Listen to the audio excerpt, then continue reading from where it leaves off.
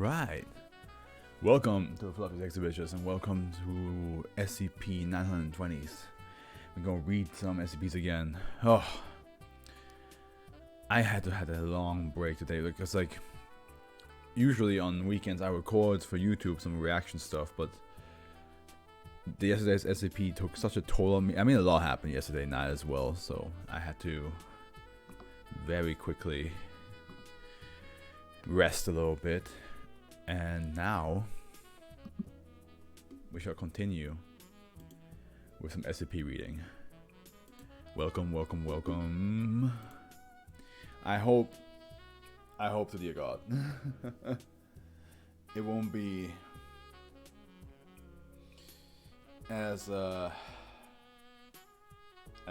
as it was yesterday, because yesterday was a 3-hour stream, and I was promised now one of my followers that I will read the entirety of the Clockwork's experiment log.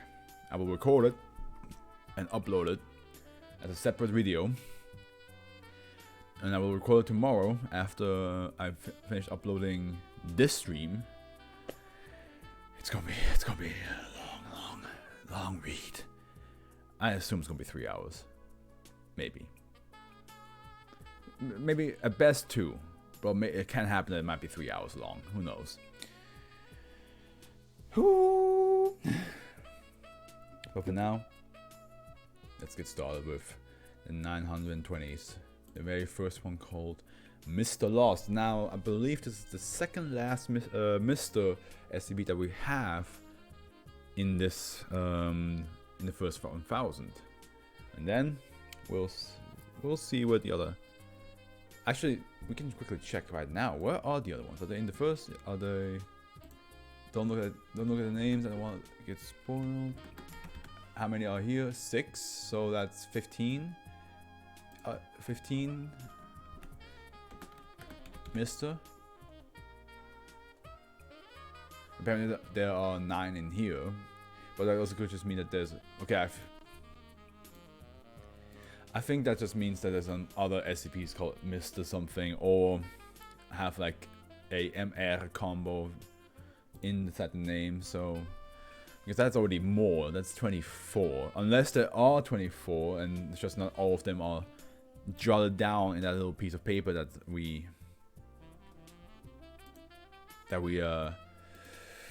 get to see.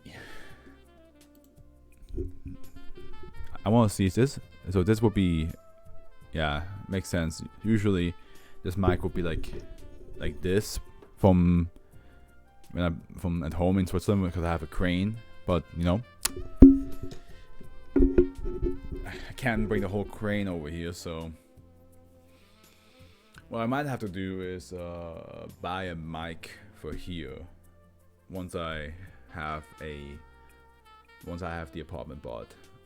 Then I buy a different mic for here, one of those, and also a different webcam at best, because I don't have to carry all this shit back and forth all the time.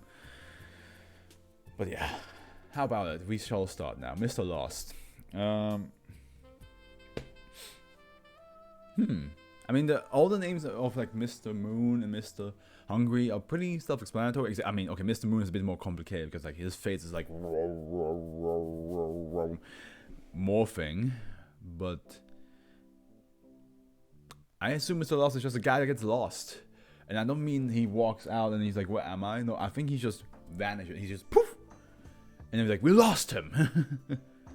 And then he might poof back a couple seconds later, or a couple minutes, or a couple hours later, or a day or two. Who knows? Euclid. Alright, time to get serious. Mobile. Okay, here we have. It's already pretty good, highly rated. 403. Mobile Task Force Iota 1. Mr. Hunters are currently tracking SCP-920's movement. That's crossed out, so they're not tracking it anymore. Either A, without reading what it already says, either A, they already captured it, or B, they gave up. They're like, it's impossible. It's impossible to keep up with where he is. It's impossible to keep track of him. He's just an enigma.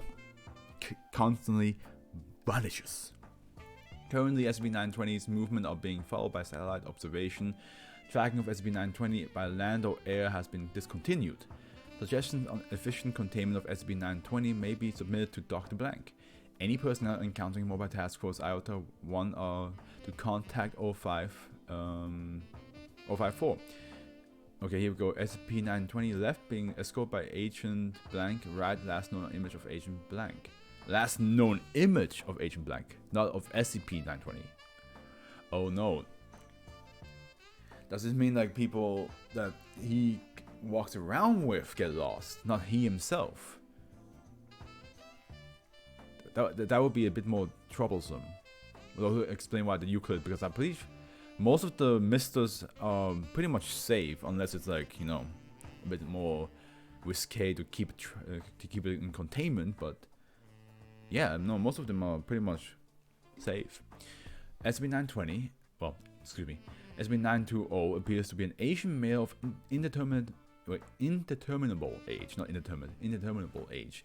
Transportation, movement, or direction of SCP-920 to a certain destination is physically impossible. SCP-920 shows an inability to control its own movements and will instead wander about, being unable to choose a destination. My legs just keep moving, I can't stop them. Listen, I have these two things down here called legs. They have a mind of their own. He has a mind of its own! Attempts on transporting SCP-920 to any destination will result in transporters becoming lost. That's, yeah, so my first guess was wrong, but when I read the title, but my guess now was correct. I mean, it wasn't really a hard guess. They literally like hinted at it. Attempts at directing SCP-920 will result in SCP-920 becoming lost. Following SCP-920 will result in SCP-920 and the follower becoming lost. But what kind of loss are we talking about? Are we literally just that they just don't know where they are, or it's just that they just are gone, like just out of this world? There's no determinable point at which SCP-920 effects will take place. Seemingly random events such as malfunctioning radar systems and GPS units, earthquakes, cloud formations, and severe human negligence have all been recorded to manifest when transportation of SCP-920 has been attempted. SCP-920 seems to have a slight psychic pull, causing subjects that come in contact with SCP-920 to feel a compulsion to walk and talk with him.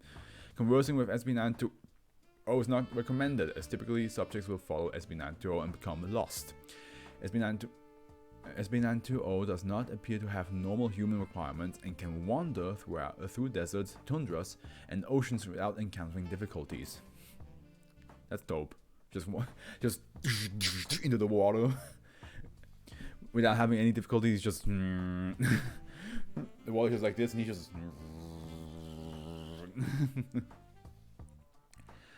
Addendum 1. SCP-920 was discovered at entrance expunged of Site Blank. However, during escort to Hull Blank, SCP-920 escaped containment. SCP-920 was later discovered outside a small town near Site Blank. Attempts at recontainment were discontinued following the disappearance of Blank personnel. Addendum 2. The words Mr. Lost from Little Misters and by Dr. One Entertainment are tattooed upon SCP-920's left calf. So I assume half of them are right calf and half of them are left calf tattooed. This designation appears as 16 in document SCP-909A-A. SCP-920 was originally discovered wearing a green hoodie, a white t-shirt, and jeans. The brand name Doctor's Orders is sewn into all tags. Addendum 3. Yes, by lost we mean lost, misplaced, disoriented, of course, whatever you like to call it. No, personnel have not been sent to another plane of infinite misters. Dr. Blank. Okay, so yeah, they literally just don't know where they are. They just end up somewhere where they don't have, and they have no idea where they are. Addendum 4. On blank blank blank, SCP-920 was restrained by Foundation personnel and Site-207 was established at his location to contain him. However, within blank hours, it became clear that personnel could not locate Site-207. After blank days, Site-207 was abandoned due to critical supplies issues. Oh no. Hey, Buddy Crack, how you doing? Welcome to Fluff, you sexy bitch. I just told in those 11 minutes that I was a bit exhausted because usually On the weekends, I record reactions for YouTube, but yesterday night was quite a lot. The 3-hour reading plus some like 1.5 hour of watching stuff with my friend, and so on and so forth, and then going to bed at 3 a.m. I was just super tired, so I had a break. I will record the SB914 experiment log reading tomorrow after I upload this video to YouTube, and well, this stream to YouTube, and after I +1 intellect, -10 sleep.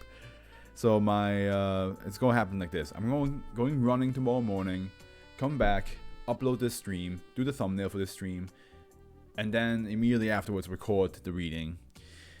I assume it's gonna be 2 to 3 hours long of a video to read that whole thing. I assume.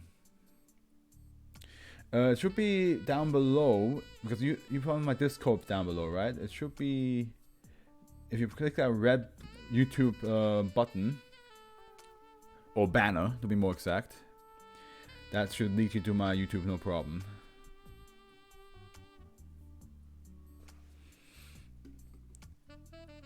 Okay, we finished the very first one with the Lost. Basically a guy that if you walk and talk with him, you end up lost. You just have no idea where you are, and he himself can also get lost sometimes.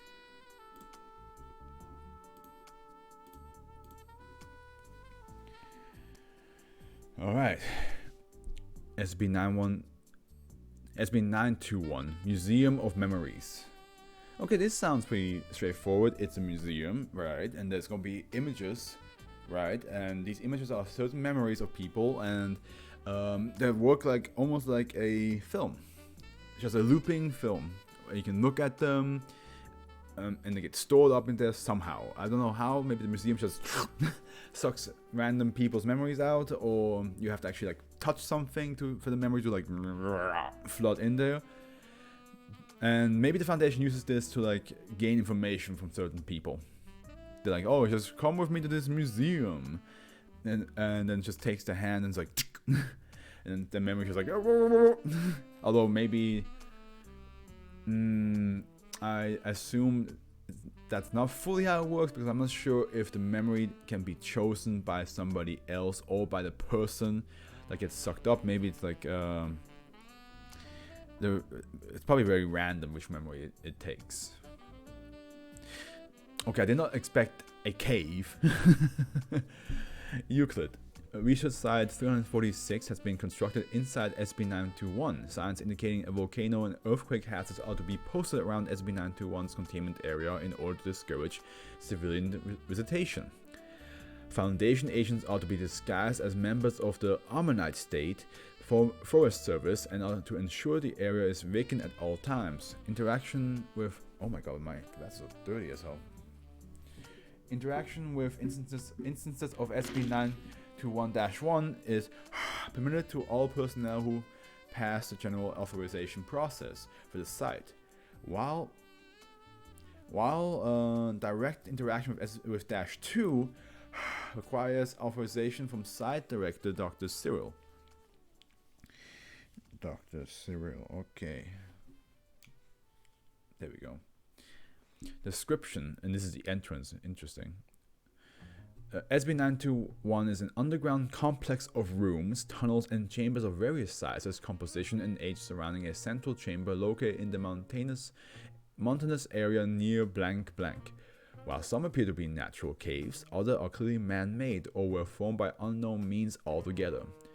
SB921's anomalous nature stems from the effect the assorted object it contains, and 4-1 have on those who interact with them. Okay, many of the rooms in SB921 contain rock formations or underground flora in the cave-like rooms, mundane items in man-made rooms, or other objects in the unclassified rooms. These objects seem to contain sensations. When interacted with, each object will cause its user to experience a combination of sight, sound, sense, and other sensory input, as well as emotions. No lasting or harmful effects due to interaction with instances of -1 were observed. The central chamber of SB921 houses an incorporeal entity, henceforth -2, who addresses those who enter the main chamber of SB921. It's a Charon. Hey Karen, mate, how you doing? Just want to see you check out your shop a little bit. Yeah, here's a coin. SB9 Dash 2's voice originates from the ceiling of the central chamber, though no obvious source has been found. Dash 2 seems to serve as sort of a guide and curator to instances of Dash 1 housed within SB921. When prompted, it will provide directions to a specific object or area of SB921, or offer a limited explanation of the sensation contained within an individual object. The exact extent of Dash 2's sentience is uncertain. Dash 2 refers to various sections of SB921 as wings. Ow. And to instances of Dash 2 as focus points. Each wing, room, and object is named. New rooms and wings will occasionally appear within SB921 containing new focus points. These new areas of SB921 will always be connected to an existing wing of the same general composition. Okay, we have the Drowned Grotto wing, sub-area 3. Here we go. Description: as a series of large natural caves connected by a series of tunnels, many submerged underwater. Some sections of this wing receive natural sunlight. The focus points in this subsection are stalagmite and stalactite formations. Notable focus points. Focus point 3, Summer Peak. A single stalagmite. By the way, I assume Buddy Crack that you know, but he cracked down.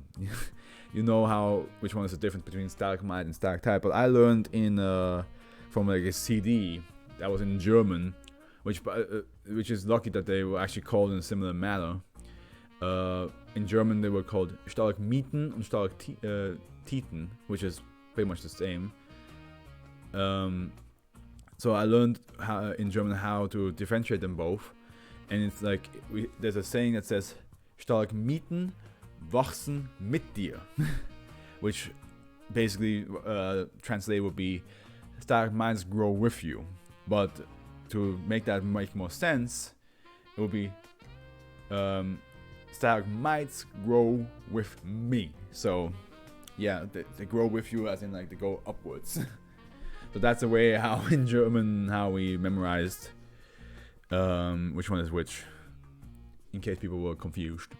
8.6 meters tall, activated by touch. Instills a sensation of acute vertigo, in addition to a subdued sensation of cold, described by subject as similar to that felt when wearing warm clothes in a cold climate, and thin air. Subject will also occasionally hear several phrases repeated in German and English. Oh, too steep, leaving behind, we need to turn back, such a waste. But also in German.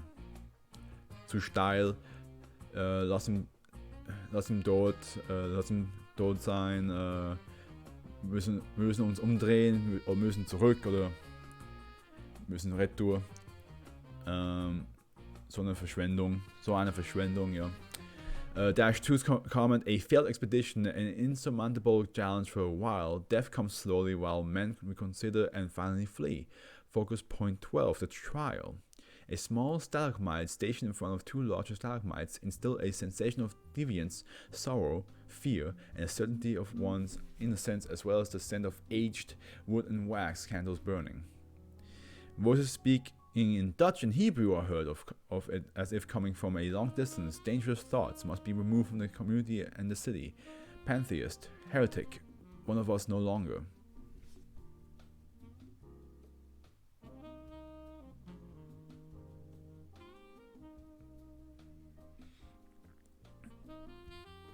That was a friend of mine just texted me. Dash 2's comment: a small man stands accused of large thoughts. His world is too perfect and still for his peers, so they cast him aside. All of his brightness does nothing to shield him from the pain. Focus point 19. Lead tiebreaker. A formation of 11 stalactites surrounding two stalagmites. All but one of the stalactites is broken. Instills a sensation of bewilderment, anxiety, and bloodlust, as well as the smell of gunpowder, the rattling sound of machine guns, and the crunching of sand on the military boots. Dash 2's comment, a whirling tide of iron flows to drown a small island of crimson. Instead, the waves themselves are broken on its shores, their iron staining the sands. The tide never stood a chance. So that was sub-area 3, the Drowned Grotto Wing. Now we have the sub-area 11, the Inky Chambers Wing. The Inky Chambers. Description, a series of study rooms and offices, each containing a desk and a means of writing carved directly into the mountain and connected by wide corridors. The focus points in this area are either the desks or the writing tools. Notable focus points. Focus points 4, a moment of peace. A typewriter station in an ornate study instills a vision of an underground bunker occupied by several young women in military uniforms, all working on typewriters similar to the focus point. The sound of a bombing run can be heard from above. Additionally, a faint smell of cigar smoke and a sensation of security and calmness are felt. Dash 2's comment. While the firestorm races above them and the very base of their lives is threatened, they are secure in the knowledge that they are doing everything in their power to help, and so does he. Focus point 9, Autumn. A quill pen and inkwell located on a small wooden table in an otherwise empty room instills two conflicting sensations superimposed on one another. The first is the sight of a countryside in autumn, the smell of ripe apples and the sound of water flowing in a stream. The second is the sight of a dark, musty room, the sensation of soiled bed sheets and an acute pain in the chest. SB-2's comment, a perfect moment in time captured forever by one who did not live to experience many. Taken too soon. He was consumed by his own flame. His conflagration burns still in the minds of others. I have to give this more of like a show, like sophisticated voice, I guess. Focus point 13, regret. A fountain pen station on a Louis, that's 15 style writing desk instills the sensation of apprehension, disbelief, and shame. Cheap wood can be felt around the neck, and the cheering and cheering in French of a large crowd of people can be heard, as well as the scent of rotten fruit and rust.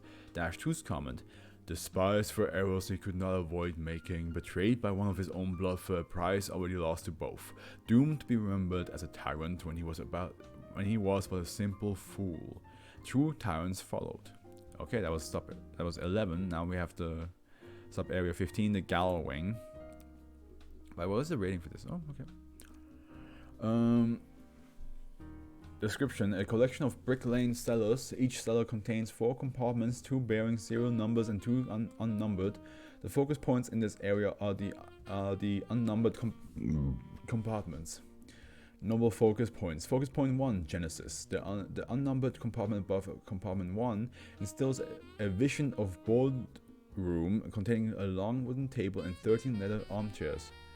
Voice speaking in English, French, German, Italian, and Spanish can be heard, but are too unclear to decipher. Feelings of worry, determination, and secrecy are also instilled. Dash 2's comment, the gardeners assemble to discuss their greatest creation. They seek to trap with a typhoon and Jormungandr, the griffin and the hounds of hell, but there are no gods. I just read this in my normal voice, I'm sorry. Focus point 13, in the desert. The unnumbered compartment above compartment 13 instills a vision of the same boardroom seen in focus point 1. 5 of the chairs are missing and no voices can be heard at all. Feeling of betrayal, anger, and disbelief are also instilled. Dash 2's comment. Insects chew and burrow and bite the great vines. Insatiable, they seek the sweet fruits of the tree. They care not for what lies beneath. The gardeners can do naught but watch. Focus point 21.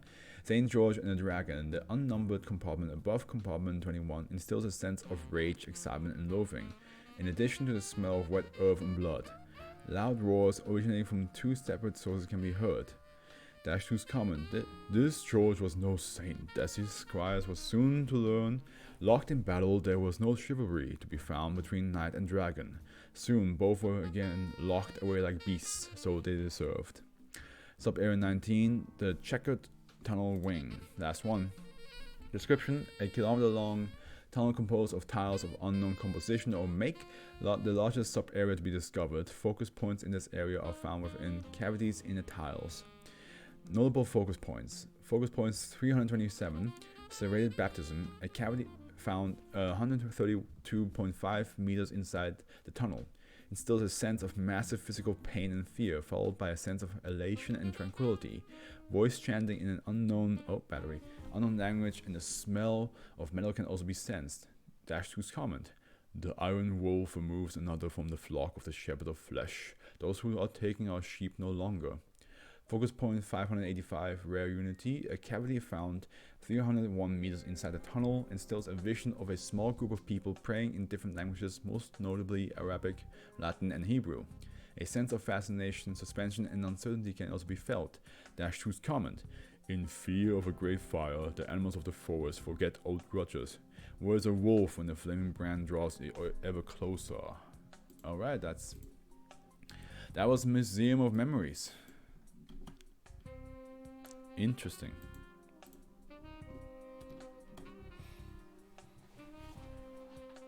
Seems to be less of memories and more of like history.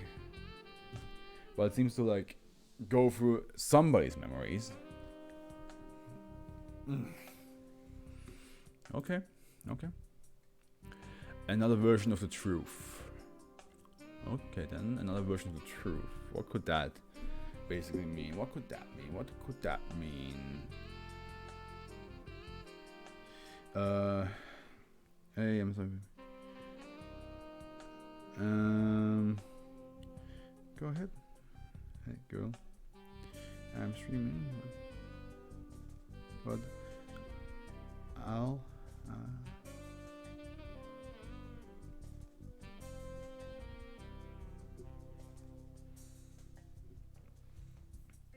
Okay, quickly.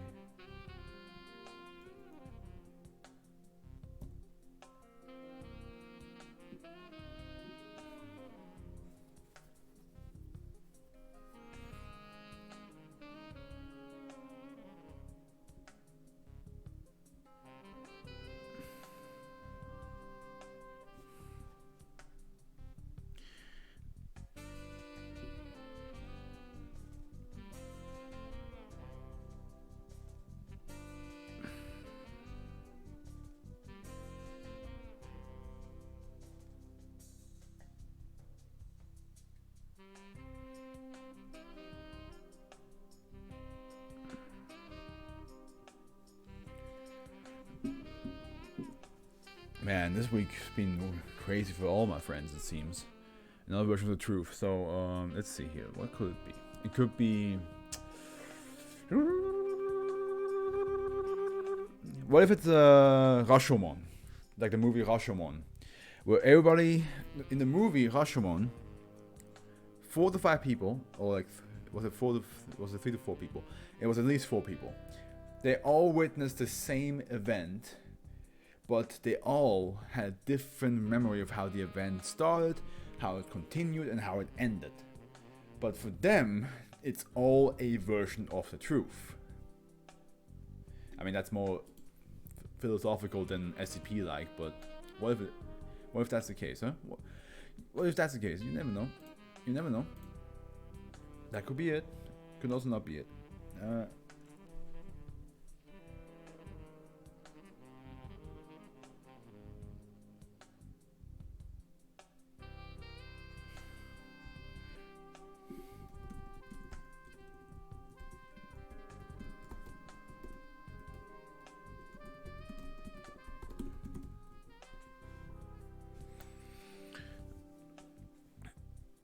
Special containment procedures as SCP-922 is localized on the campus of the University of blank 1, well, blank, with a footnote of 1 for the purpose of secrecy and continued containment efforts. The name of the university in question is censored in this document to all personnel not assigned to Site 305.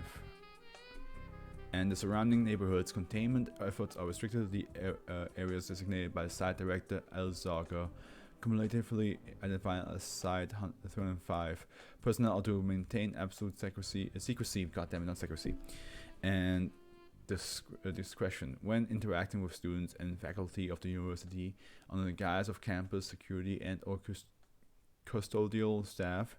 Cooperation with local FBI Unusual Incidents Unit affiliates is ongoing in order to locate and identify a potential source for SCP-922, if at all possible. Foundation personnel assigned to Site 305 with security level 2 and below are to abide by the following containment procedures. Personnel are not to engage students, faculty, or civilians on site without prior approval from level 4 personnel. Personnel embedded within the University of blank at risk of discovery by students, faculty, or civilians are to resign and or withdraw from the cover position and submit all gathered information to the project overseer alone. No other individual, regardless of rank or class, is privy to this information.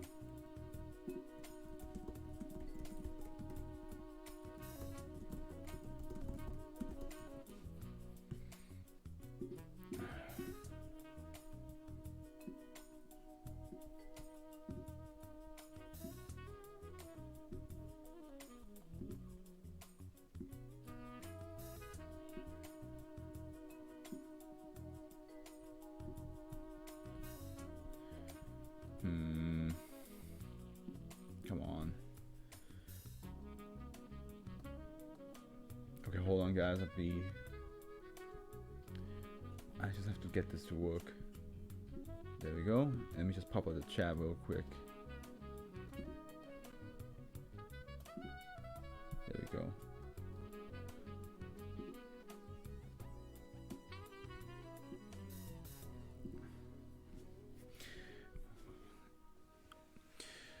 Personnel are not to respond to on-site incident up to and including threats of violence directed against personnel unless such threats appear to place a person in a situation of imminent danger. Embedded personnel are not to contradict inaccurate statements made by students, faculty, or civilians. The number of on-site personnel is to be maintained at a consistent 601-644 to prevent discrepancies related to the SB 922's effect.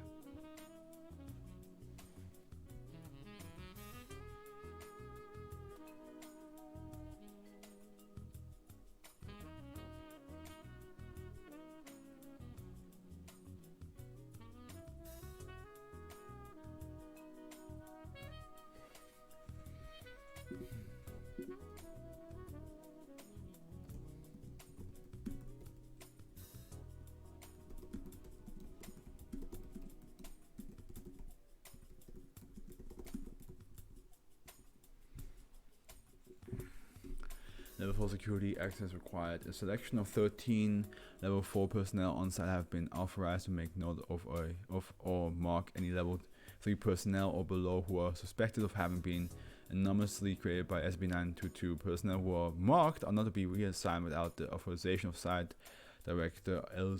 Zorka and at least 10 of the 13 authorized level 4 personnel. If authorized, these individuals are to be given amnestics and monitored at the new assignment. The identities of the 13 authorized level 4 personnel are to remain classified to all personnel save for Site Director L. Zarka and the O5 Council.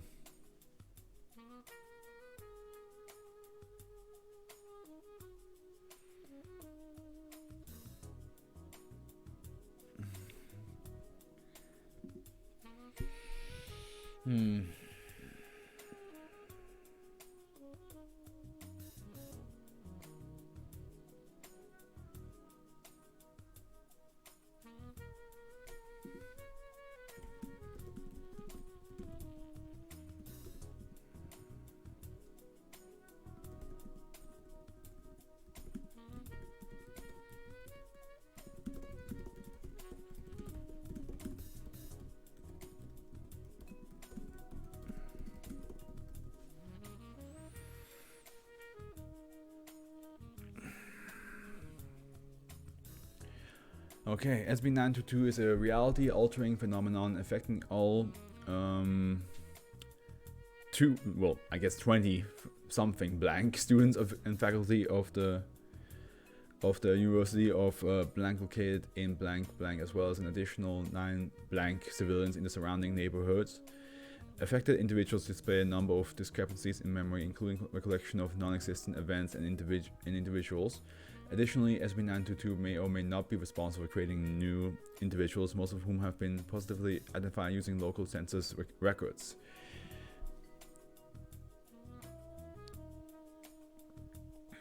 The nature of the anomaly effects make it unknown as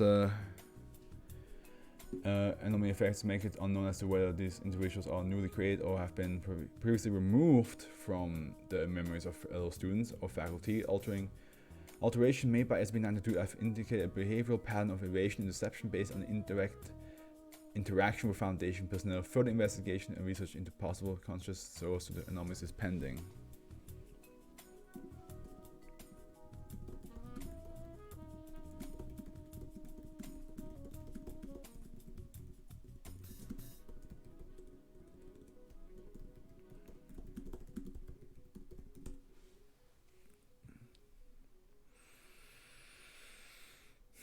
SB922 was first discovered in August 2009 when several students attempted to drop a course -2 they did not register for.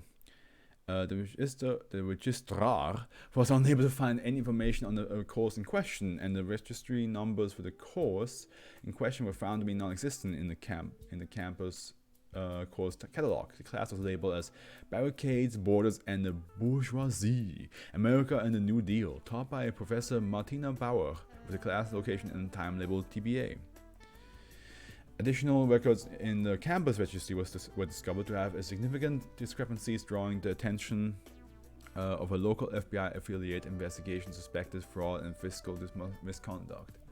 The appearance of anomalously created FBI agents lacking physical documentation but maintaining highly sensitive information drew the attention of the Unusual Incident Unit and laid the foundation. On the 10th 9th 2009, a joint investigation made by the Unusual Incident Unit of a local FBI affiliate and the Foundation into the campus registry found multiple records for students determined either to be duplicate entries, alumni,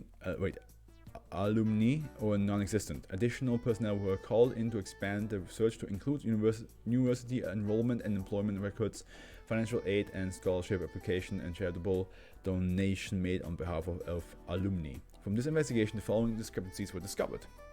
Here we go. 186 students, break my own neck, present on campus were not registered in all systems. All 186 students could provide school IDs cards and officially schedules bearing student IDs. 15 custodial employees' entries contain falsified information, apparently duplication from another staff employee.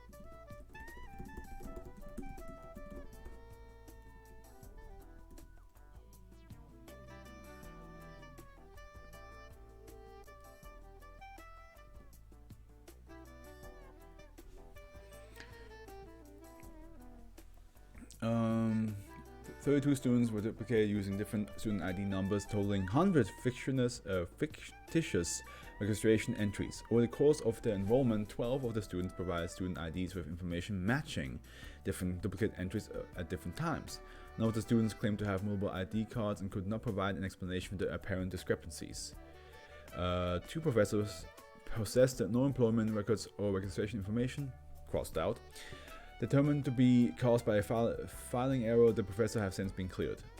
Blank students, male and female, have claimed to be Joshua Blank, a freshman student described as a black Hispanic male. None of the students claiming to be Mr. Blank are black Hispanic males. A little Freudian slip there, eh? All have provided student ID numbers and ID cards bearing their respective photographs. None of the cards show signs of forgery or tampering. Dr. One Entertainment. We have Mr. Moon, Mr. Lost, Mr. Hungry, Mr. Fish, and Mr. Black. What's his anomalous effect? He's just black, eh? And there isn't any, he's just black. 1,399 students were assigned to the same two dorm rooms in the blank residential hall for 4 stories. Maximum occupancy was listed as 450. That's triple the amount that were in that. Foundation agents sent to investigate reported nothing anomalous regarding the blank residential hall. Note: see Incident A. Incident A: following the report given by the Foundation agent, an additional 4 individuals claimed to be Foundation agents and reported in to handlers claiming the blank residential hall did not exist. The individuals claimed to be present at the reported location of the hall and reported that none of the students nearby could corroborate the alleged existence of the blank residential hall. Questioned by the handlers, the 2 individuals identified themselves as Aidan Jones and Tisona. The handler confirmed their identities and ID number, but claimed not to have dispatched the 2 to investigate. Personnel reported to the location and possibly identified a 7-story building as the blank residential hall. Placards within the building listed the maximum occupancy as 1,500. Campus records continue to refer to the hall as being 4 stories tall with a maximum occupancy of 450. Copies of all these records have been made and uploaded to Site 305 database, allowing for the campus to update records regarding the residential hall. Here it is, residential hall prior to Incident A, photo provided by an out-of-state alumnus, and here we have Incident B that says university records archived at Site 305 have been moved off-site after it was discovered several entries have been altered to reflect updates made to the actual records by campus personnel. And here's now residential hall photographed by on-site personnel following Incident A. So yeah, so this is how it looked like, but suddenly it became this, and it seemed to always be this, which is another version of the truth. So whatever the truth is considered, it will happen, even though it's not supposed to be like that. Well, not it will happen, because like some people, as we just saw, some not black Hispanic people thought they were. So I'm not sure if that, like, unauthorized personnel will see an end of file here. Further information regarding SB 922 is currently restricted to level 5 personnel and pre-approved individuals already privy to the information detailed below. By the way, okay. Oh my god, I can log in. Ankling Mega Man. Sorry. Addendum 1. Repeated incidents involving discrepancies in ancient assignments and logs prompted an internal review of Site 305 records and personnel over a period of blank years, conducted alongside personnel at Site 11 located in blank LA. Site directors El Zaga of Site 305 and Vargas of Site 11 were the only 2 individuals privy to the full context and purpose of the review. Determine whether or not SB 922 is directly or indirectly responsible for the anomalous creation of previously non-existent individuals. Determine whether or not SB 922 is additionally responsible for the alteration of local and federal records, including census records and medical records, voter registration, school records, etc., to accommodate the perceived pre-existence of aforementioned anomalous individuals, as well as altering the memories of restored individuals to facilitate insertion of newly created individuals into communities and social groups as members prior to the actual creation. And there's a footnote that says, right here, similar cases involving non-sapient or otherwise non-humanoid replicants have been previously documented as El Zaga, Tahira, Mallory, Jamie, My Sisters and Only Child, The Inconsistent Carbo Family, Foundation Journal of Visual, Cognitohazardous, Spatial and Temporal Anomalies, January 2006. It's also the set of the blank year review found discrepancies in the number of on-site personnel ranging from 133 to 700 individuals. 78 individuals were marked by authorized level 4 personnel as being potentially anomalously created, with an unspecified number of other persons claiming to be unaware of the 78 individuals as being Foundation employees despite proper documentation and identification. Further investigation eliminated 30 of the individuals from suspicion. Notably, the 30 individuals could be accounted for with proper documentation and reference from off-site personnel and or former non-Foundation co-workers. So yeah, as long as you have information from them that were not altered, and from people that knew you and are not on site, the truth will be quickly unveiled and be like, no, that's not how it is at all. Additional 118 individuals were found to have no records of having been assigned to Site 305, and another 20 had no records of having been employed by the Foundation. These 138 individuals were recognized and identified by on-site personnel as longer than blank years employees.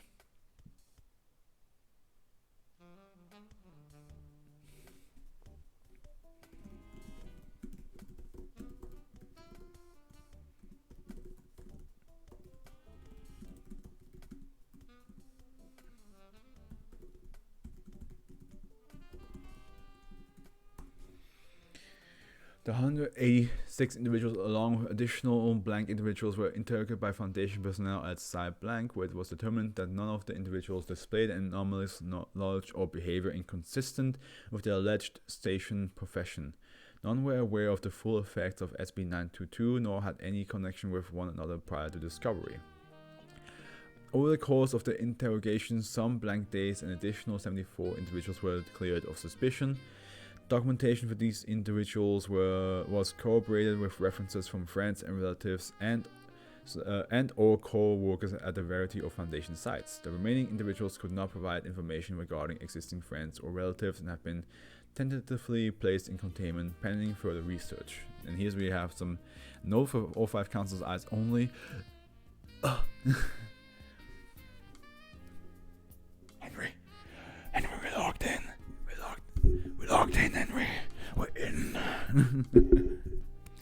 Don't tell anybody, Henry. Addendum 2. The following letter was delivered to the offices of all 5 council from the office of Dr. Jamie Mallory at Site 19. Dr. Mallory herself was contacted directly and confirmed she had sent the letter in question and attested to the accuracy of its contents. Contents of the note are logged below. Some time ago, I was contacted by a junior researcher regarding some of my work. I later reviewed their work and found that I had been cited in an article apparently co-written with an individual named Tahira Alzaga. I did some research on Alzaga and discovered she was site director in blank, overseeing containment of SB 922. I pulled up the article in question and read over its effects, namely those regarding the anomalous creation of clones or whatever it was. I have never heard of a Tahira Alzaga working for the Foundation. I have never read any articles submitted by her prior to this SB 922, and I have never co-authored anything with anyone named Tahira Alzaga. Alzaga, maybe? Is that how you say it? Maybe? No one I've talked to knows anything about Tahira Alzaga. And after doing some independent research, I found that pretty much no one outside of blank has heard of Tahira Alzaga. I don't know how long this has been going on, or how long she's actually been a site director. If this is part of some other anomalous research or an experiment, please disregard all my concerns. But given the effects described in the documentation of SB 922, I assume the worst. From the office of Dr. Jamie Mallory.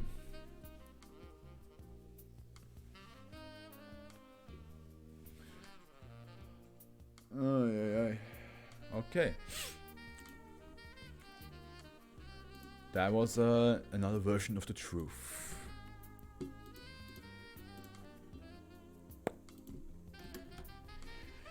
But yeah, it looks like it's not horrible. I mean, it's bad. It's bad because everybody gets like the mind change. But as long as you actually, if you're not in the area of effect, and you know that person, you are aware that it's some bullshit. A useful tool. We had one thing that was like that actually worked the way, like it became what you needed the most, right? But I believe the one I'm talking about also transformed into something that was not fitting for the situation at all. It looked like something you need the most, but then the moment you use it, it transformed into something else, and then like it just absolutely just butchered everything. Like you'd be like, oh, I would need a pen, and then it would transform into a pen, and be like, oh, that's great. Let me just write down, and the moment you start writing it down, it suddenly becomes a trigger for a bomb that's like planted somewhere randomly, and you're like, okay, let me just, oh shit. So what if it's useful tool it's in the similar vein where like it becomes what you need the most, but it's addictive. You want to keep it, you just don't want to give it away. But it is safe. None. Oh, SB923 is currently in orbit at an altitude of blank kilometer. Why is this thing? But why are we in space? Hold on. I need to check something. That's beautiful. Gorgeous. Delicious. Delicious even, I would say. That was a gorgeous fan art of fauna. This combined with its automated defenses making retrieval impossible. SB923 reports that it has no control over its defense mechanism. As such, it cannot be contained in the traditional sense. Instead, care must be taken to make sure no other satellites enter SB923's path, as further damage to the object could cause catastrophic results. Furthermore, its defense mechanism destroying another satellite would display its anomalous nature and destroy the cover story of a military spy satellite. Yeah, maybe, yeah. I mean, I guess that's the only way to how to cover the story up with this SPR.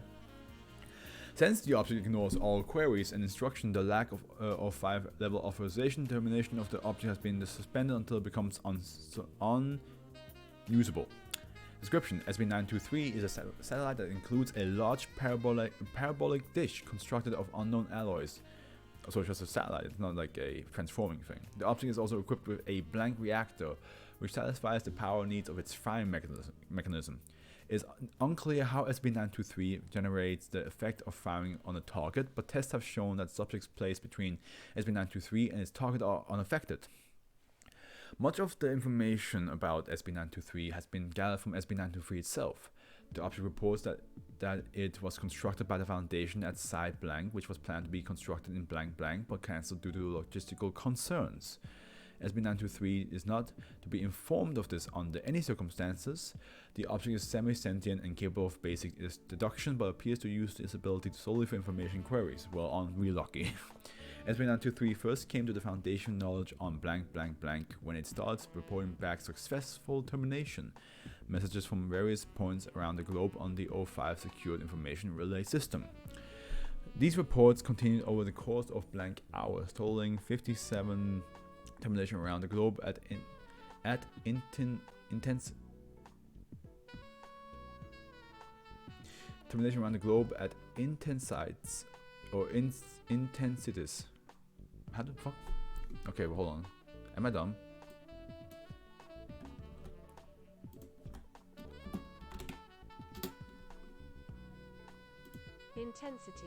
Intensities. Yes, of course, it's intensities of. I don't know why that word suddenly looked different to me. Between blank and blank, 55 of these deaths have been confirmed since the original incident. The access to the list of terminated individuals, see document 923-0014-K. The Foundation has been unable to determine how SB923 gained access to the O5 secured information relay system.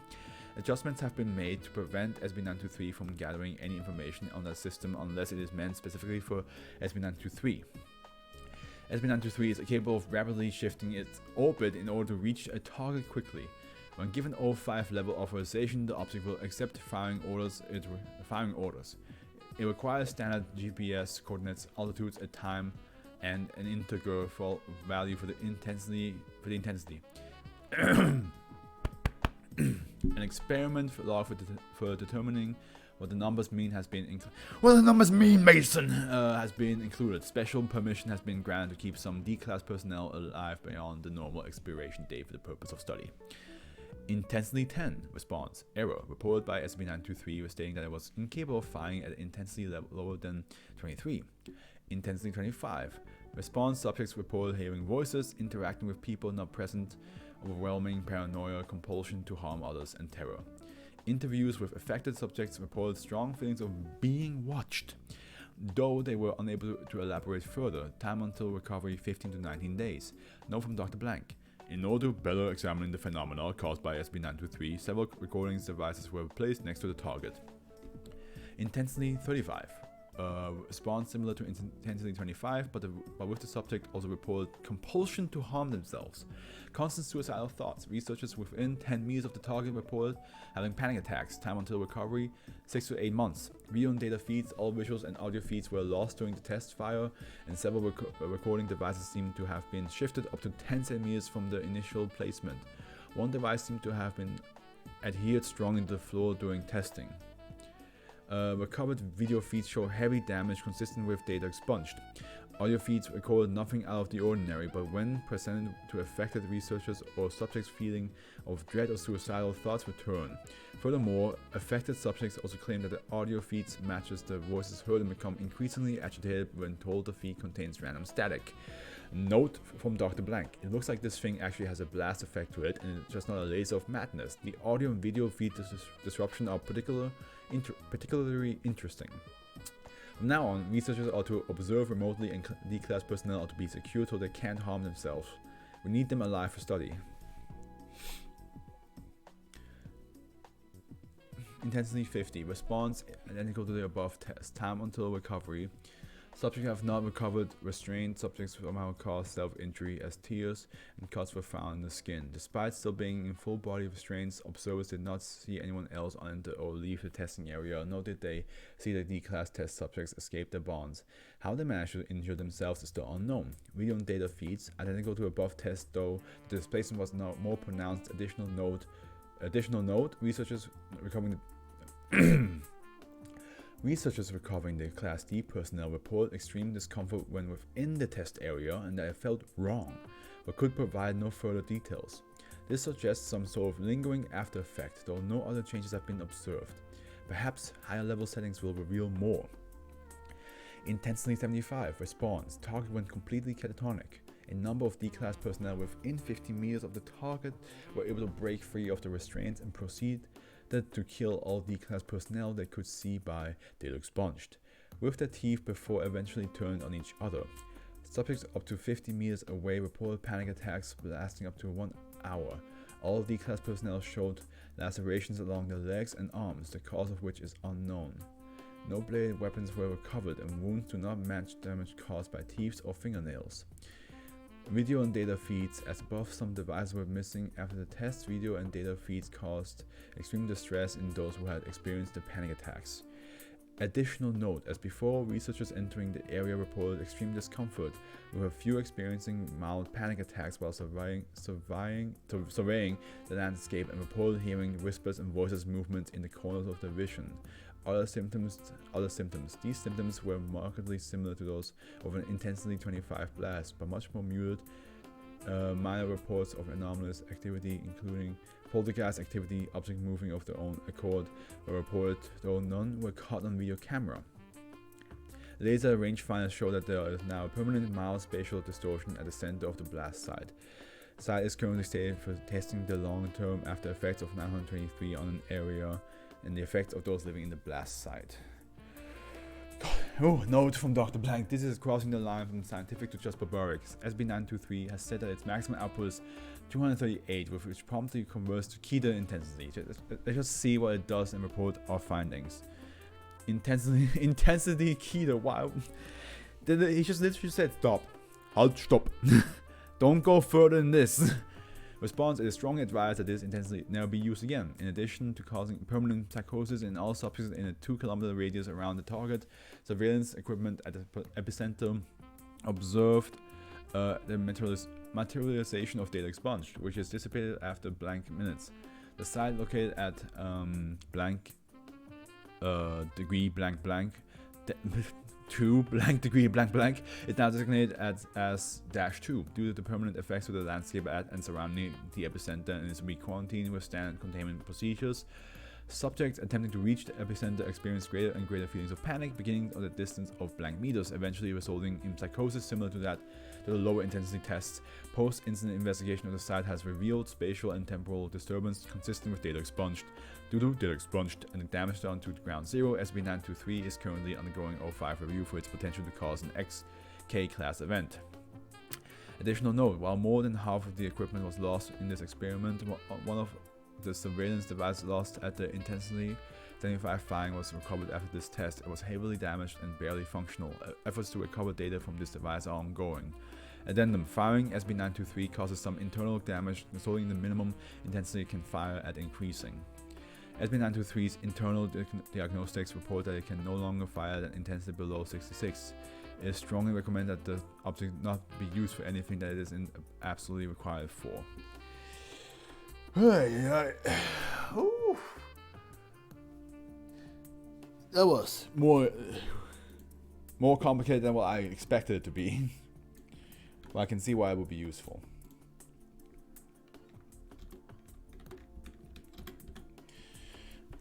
Just gotta do this real quick, guys. I'm so sorry.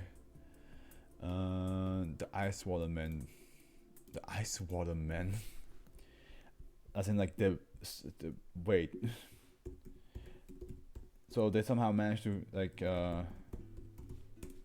don't know, be ice and water in the same time. Oops. Or how am I supposed to understand that?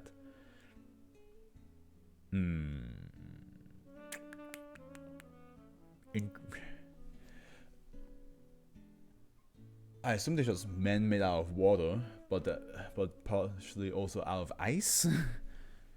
I mean, at the end, they're all the same elements, just different states of it. So I'm just a bit confuzzled what this is supposed to mean. Like, are they made out of ice? Are they made out of, or are they made out of water?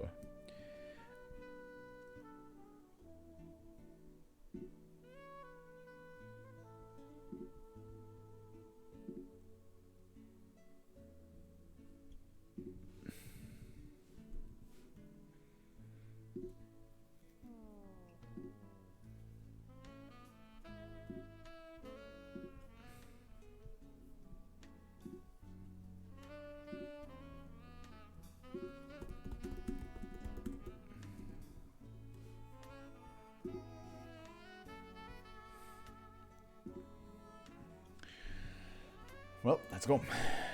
Good, I can read this and then I can get some water. After reading about the ice water man, I have to get myself some water. Gotta hydrate again. Euclid. All specimens of SB924 to be kept in a separate 7x7x7 meter saltwater tanks within Site 46. The water is to be kept at a steady temperature of 1.6 centimeters.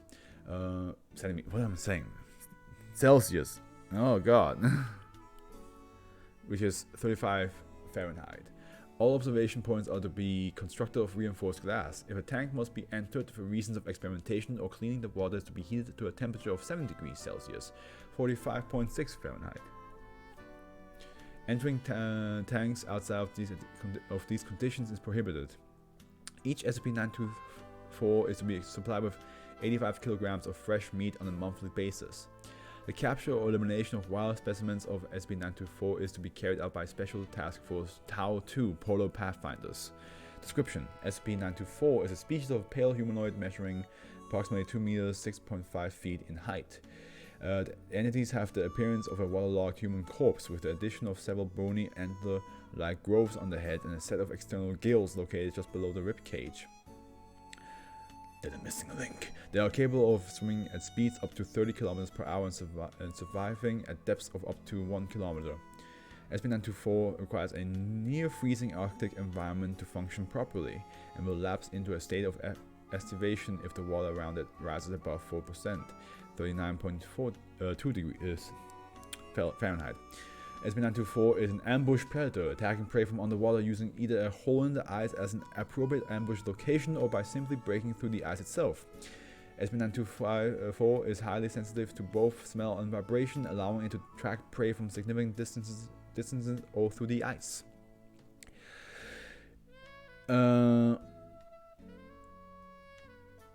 If the attack is successful, the target is promptly drowned by SCP-924. Following this, the body will be dragged down to the ocean floor by SCP-924 for consumption.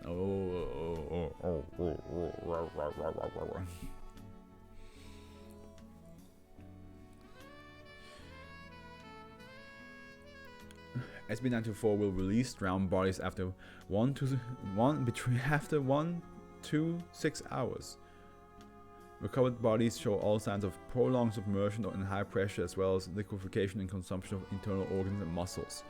Bodies will also contain high levels of virulent bacteria, which when exposed to the human body will break down most types of connective and muscle tissue, while leaving skin and bones unharmed. Bacteria will remain active within the body for up to 2 weeks after feeding. SB924 was first recovered as a series of mysterious disappearances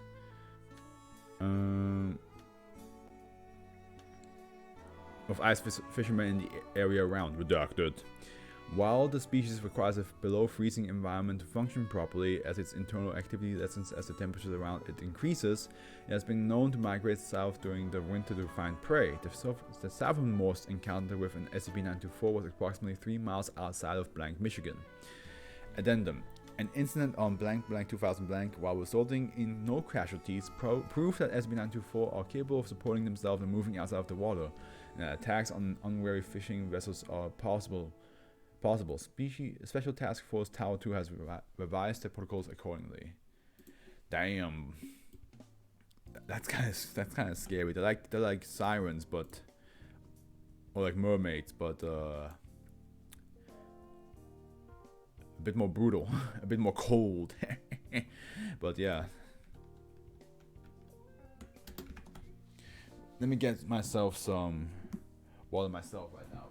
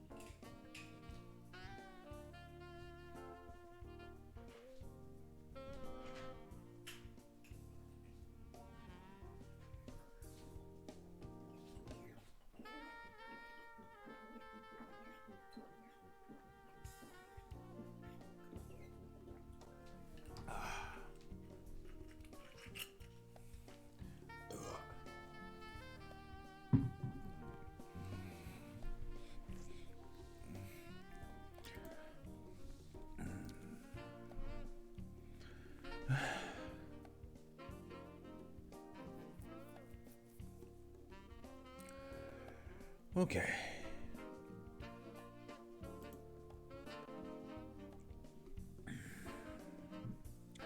All right. We reached the halfway point now. The mushroom cultist. Man. What if it's the mushroom from Dark Souls? Those like big, beefy dudes, just coming at you like, but they're a cult as well. Or it's just people that just worship mushrooms for their reason. Oh, this is one of the more lower ratings again. We haven't had below 100 for a while now. Euclid. Specimens of SB925 are to be kept in individual standard 5 meter by 5 meter steel cells. Twice a day, 285 grams of various fungi are to be pushed through a door slot and into the cell using the provided pole. Personnel transporting SB925 specimens are to wear steel mesh suits underneath level D hazmat equipment. Should level 0 personnel and above physical contact a specimen without the aforementioned equipment, a Class B amnestic is to be administered, followed by transfer to another project. Class D personnel are to be terminated. Description. Physically, the species of SB925 appears near identical to a male human. Mentally, SB925 who have cooperated exhibit behavior associated with acute disassociation and fatigue. Personnel interacting with a specimen report that it seems normal but slow, acting as if inebriated or impaired. This seems to be deliberate on the specimen's part in order to be dismissed by those surrounding it, allowing it to close on potential victims. Okay. Oh no, it has a plan. It acts dumb, but it has a plan. SB925 specimens appear to be intersex. Specimens in confinement and refuse to reproduce, and the act has yet to be observed in the wild.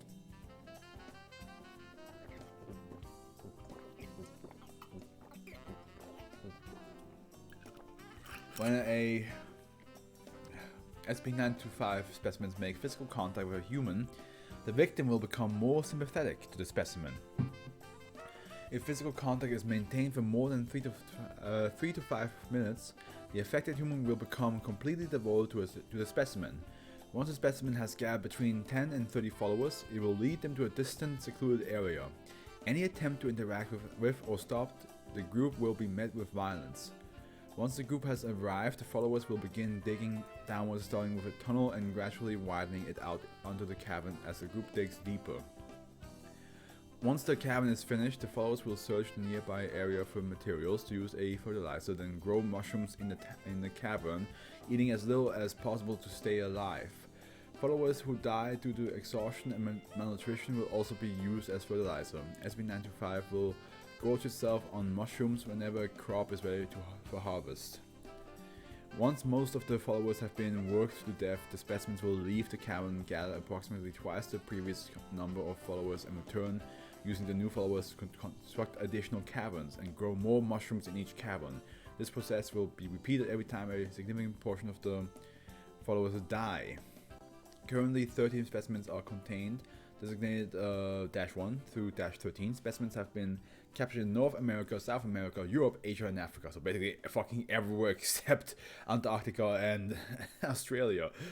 Oh god. 1, 2, 3, 4, 5. Yeah.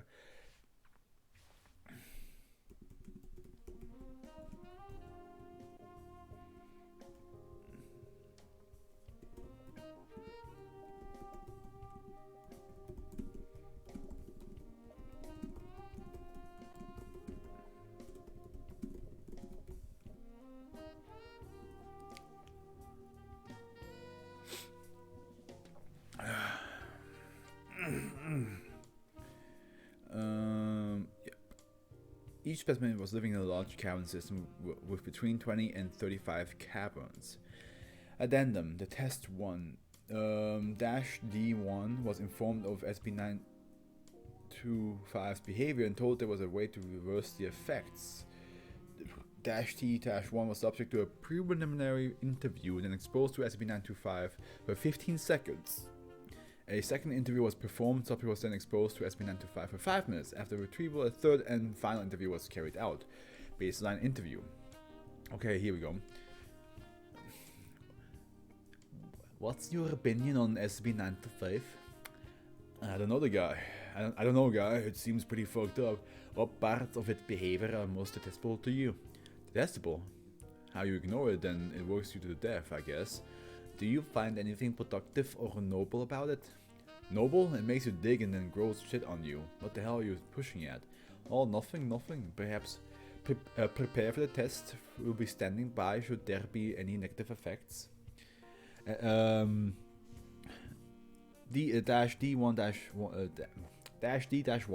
was positioned by the door of -7. The food slot was open, and after a few moments, -7's arm reached out and touched -D-1 on the left foot. During the exposure, -D-1 expression changed from one of nervousness to contentment. After 15 seconds, -D-1 was pulled away. Post-exposure interview. How do you feel? I feel pretty good. Guy, you? I'm well. What is your opinion on SCP-925? Don't know. They're just trying to get by like us, right? Are any parts of its behavior detestable to you? I can't say they're great or anything, but it's not like they're out to cause pain. Is there anything that you would find noble in them? Don't know about noble. It's not like they kill each other like we do, though. Hey, do I need that treatment you told me about? You appear fine. We'll be standing by during this next test. Oh my god. -D-1 okay, it's just D1, okay? I'm just gonna call it D1. Was once again positioned in front of the door and the foot slot opened. -7's arm immediately slid out and rested on D1's foot. During the exposure, D1's expression changed from one of contentment to a blank stare. After 5 minutes, he was moved from the door. Post-exposure interview. How do you feel? I'm great. What is your opinion on SCP-925? They're great. Do you find anything detestable about SCP-925? No! How dare you ask me that fucking question? D1's upended the table and advanced on Dr. Blanks, who fled the room. The interview was postponed until D1 became compliant. The interview resumed with 2 guards present.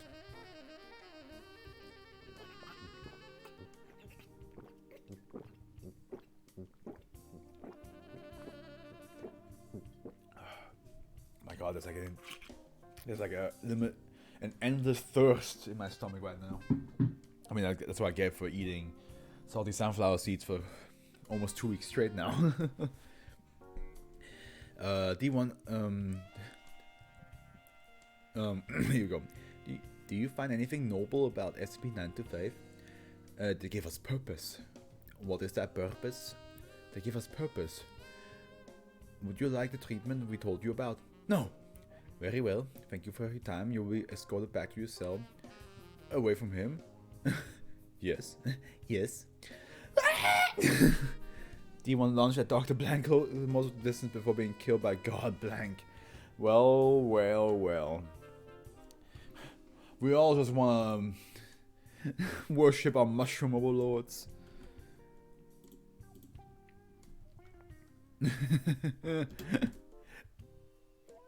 Wait, you gonna take us away from him? Yeah. How dare you! I got something me. I got something me. What the fuck is a gook queen? Excuse me. I have no idea what the gook queen is, so. Oh! I missed one SCP. Start over from 1. Hell no, dude. If you missed it, you missed it. You can always rewatch it afterwards on YouTube. I ain't reading you all of it again just because you missed it. That's your own mistake. That's your own problem. How many are there? 6,000? I think there's 7,000. Well, 7,000 main ones, and then there's like the joke ones and the ones that got fucking taken out and some other stuff. So there's probably actually more like 8,000. Maybe. I'm not sure if there's 8,000 joke ones. But there's a couple joke ones. And like, this, well, this doesn't count. What about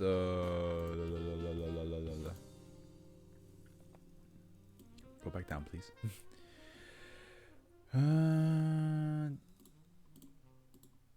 There we go. Yeah, there's like, okay, there's not that many. That's not 1,000 extra or 100 extra here. But there's also, those are the joke ones. Okay, yeah, there is probably around 8,000. There probably is around 8,000 SCPs from the main shit here, and then some and jokes and all that shit. So yeah, there's a lot. So is that a good queen? One, it's safe. When not in use, SCP-926 is to be unstrung and stored in the temperature and humidity controlled case constructed for that purpose and locked in research chamber 5688. A. Only personnel who submit a formal request and receive approval from Site Command may operate SCP-926 before research access to SCP-926 is permitted.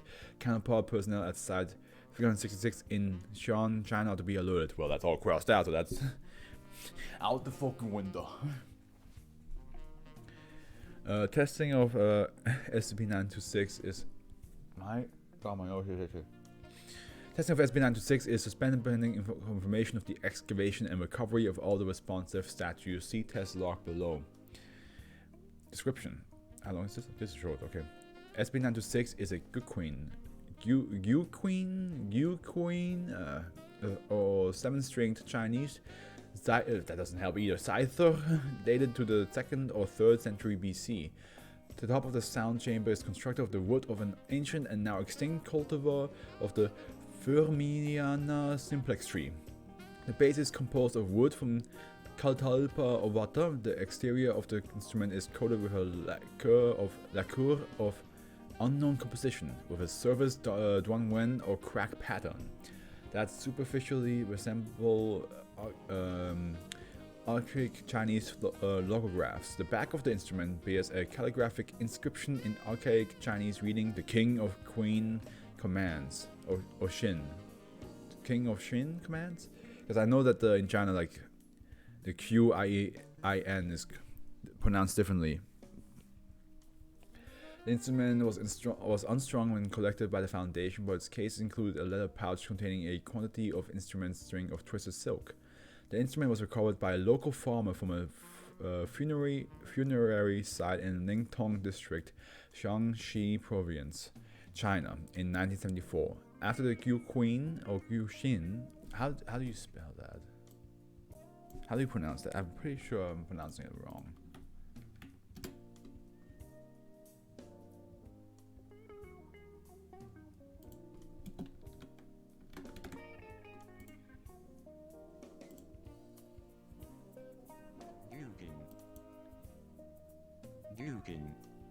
Okay, apparently you can.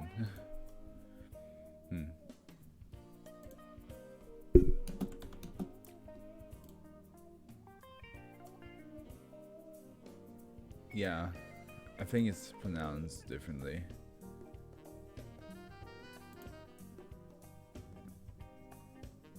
Weekend. Well, we're gonna butcher it with our English then. After the Gyukin was unearthed, cleaned, and restrung, a local traditional musician strummed a few notes on the instrument. The consequent subterranean disturbance led to the discovery of the thousands of terracotta human and animal statues that have been buried in hitherto and undiscovered imperial necropolis in the vicinity of the site of the Gyukin's discovery. SB926 appears to function as a command or control instrument for the terracotta figures, almost like the piper with the rats, but instead of, rats, it's statues. You play the statues, you play the instrument, you strum a bit of a beat for the fire and the flames you carry on, and the statues just go crazy. The figures are of molded clay, constructed. Clay construction, unremarkable apart from the excellent state of preservation. Each figure depicts a half-sized human or an animal such as a horse, pig, or falcon. The statues depicting humans vary in dress, height, uniform, and hairstyle in accordance with the apparent rank and duty of the human depicted. Military figures of various ranks, scribes, craftsmen, musicians, cooks, and laborers, farmers, scholars, and so on. Despite their clay construction, the statues have been demonstrated to be capable of movement and other action but only when given commands by means of the Gyukin. The Gyukin's command syntax is still poorly understood at this point due to the limitation on testing. Partial test log follows. With reference 1, syntax notes played. Unknown Gyukin notes played prior to Foundation acquiring custody of object. Thousands of terracotta statues while still buried in the necropolis moved suddenly. Statues were standing at attention when unearthed, and it is assumed that the motion consistent of assuming this posture. It was this motion which local residents had initially assumed was a small earthquake that led to the discovery and excavation of the statues. All excavated Number 2, Shi Lu series of tones. All excavated soldiers' figures assume parade rest posture. Number 3, Tai Tzu Den Gyu Xian. All scribe figures produce brushes, ink, and paper scrolls from an unknown source and adopt a posture apparently indicating readiness to take direction. Nan Lu. Twice. Is it Nan or Nan? Nan Lu, I believe. I might be wrong. And then Huang Zong twice. Shield bearer soldier figures rapidly move into the defensive formation around the Gyukin and its players. Wu Yi 4 times, and a number of drummer musician figures being the begin to beat their drums in unison. It should be noted that one of the drummer figures that responded to this command was at this point on display at the Louvre in Paris, France. Da, Lu, then Yiz, or Je, I don't know. No, it's Z, I don't know. Then Li Zong 3 times. Hundreds of previously undiscovered engineer figures dig their way to the Earth's surface in Cropland, 2 kilometers to the south of the site of the Q-Kin's recovery. Court of the Huangzhong and Linzhong played twice. A number of scholar figures stepped towards and orally recite the works of 3rd century BC Chinese philosopher Han Fei. Dalu 8 times. Hundreds of additional unexcavated figures moved while underground. The location of the figures was under an earthen dam which collapsed due to the motion causing widespread flooding and loss of life. Further testing was suspended. Addendum A.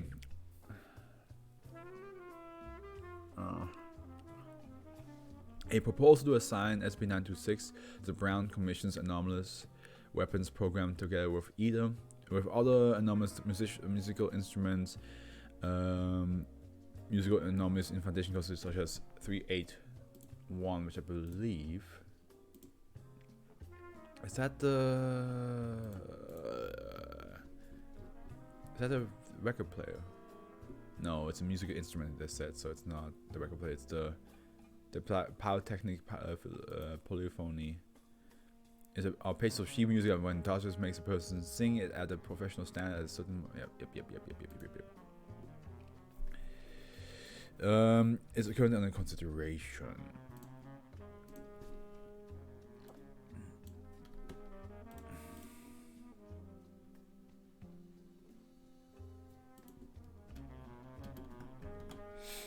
Okay, we're the last 3 ones to read tonight.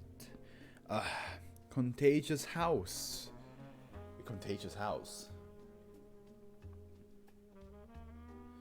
Like, even though there's no reason for it to be contagious, like there's no radioactivity, there's no diseases, there's nothing wrong with it. Every time you enter it, you just become sick. You're suddenly like, oh god, I feel like I'm dying. The pestilence. Euclid. The neighborhood containing SB927 is to be quarantined. No civilians are to be permitted on entry. SB927 is to be staffed by 10 biological containment personnel at all times. Flamethrowers are to be kept on location at all times and are to be used in the event of nearby properties becoming infested. Any civilians inquiring about SB927 level of security are to be informed that the area has been quarantined as a result of a radiation leak. In the event of extended inquiry on the part of civilians concerned, individuals are to be brought into custody and dosed with a Class A amnestics. Of course, the amnestics come out again. They're like, you don't remember this place. You don't want to be near this place. Fuck off. SB927 is a dilapidated 3-story residence in the small town of blank. 2 slightly decomposed corpses are present inside SB927, and 1 male, 1 female. The male corpse shows signs of blunt trauma to the head and neck, and severe laceration are present on the right leg. The female corpse shows signs of strangulation and blunt trauma to the ribs. Did they kill each other? Is that what happened?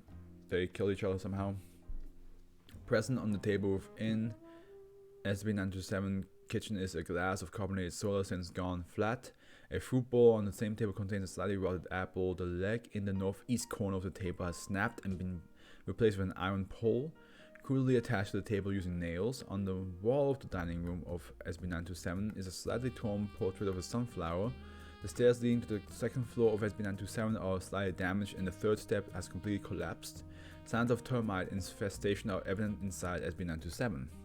The source of SB927's anomalous properties are an unidentified form of microorganism, hereafter referred to as -1. -1 has infested all surfaces inside SB927 and is also present within all liquids in the residence. Since the -1 infestation, SB927 has shown no further structural collapse, and all biological tissue within SB927 has ceased decomposing. -1 reproduced quickly and has on multiple occasions infested other properties in the in the area. Upon infestation of the residents, -1 will proceed to replicate SB927's condition. -1 will infest any humans in the residence, usually killing them by tunneling through the heart. Not the heart! Oh! -1 will then proceed to systematically injure the corpse.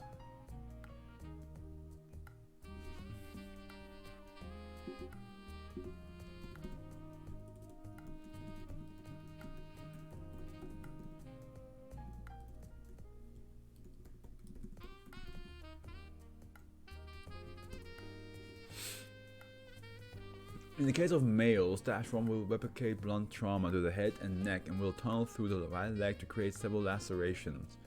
In the case of females, -1 will apply precise trauma to stimulate strangulation and blunt trauma to the ribs. Oh. So they didn't... Okay, so those two corpses didn't kill themselves. This SCP did it. It will replicate the trauma. Okay, I see. If there are more humans residing in the infested residence than SB927, any additional corpses within the infested residence will be broken down extremely quickly, until no evidence of its existence remains. -1 within victims' bodies will, through a process of yet unknown, alter its DNA until it's identical to the corresponding body within SB927. Any carbonated liquids within SB927 will go flat and the fluid will rot to a certain point and then cease decomposition completely. -1 will convert the leg in the northeast corner of any table within an infested residence to an iron and produce nails identical to those in SB927. Any painting, portraits, or photographs within the infested residence will be converted to a slightly non-painting of a sunflower. So, humans and any human being and any material object will always alter to look like there was like a fight happening or some sort of like anger issue happening. Yeah.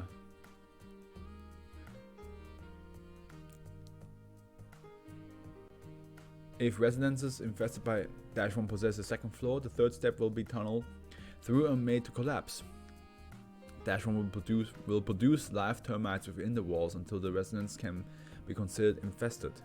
-1 will tunnel through surfaces until they have reached a similar state of collapse as SB927. Moving objects from SB927 appears to have no effect on this conversion process, as it would seem -1 is operating on a template of SB927's state when it's first infested. -1 has proved vulnerable to heat and use of flamethrowers is advised to deal with infected residences. Okay.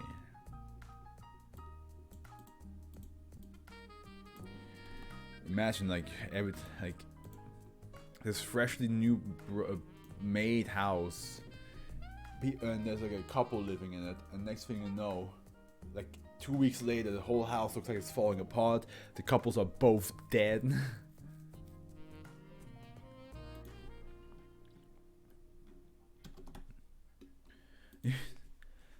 As a neighbor, you'd be so confused, you'd be like, what the hell happened in those 2 weeks?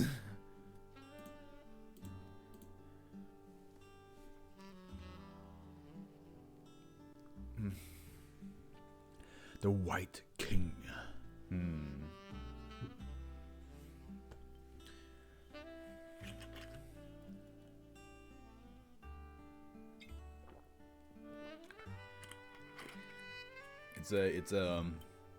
It's a albino lion.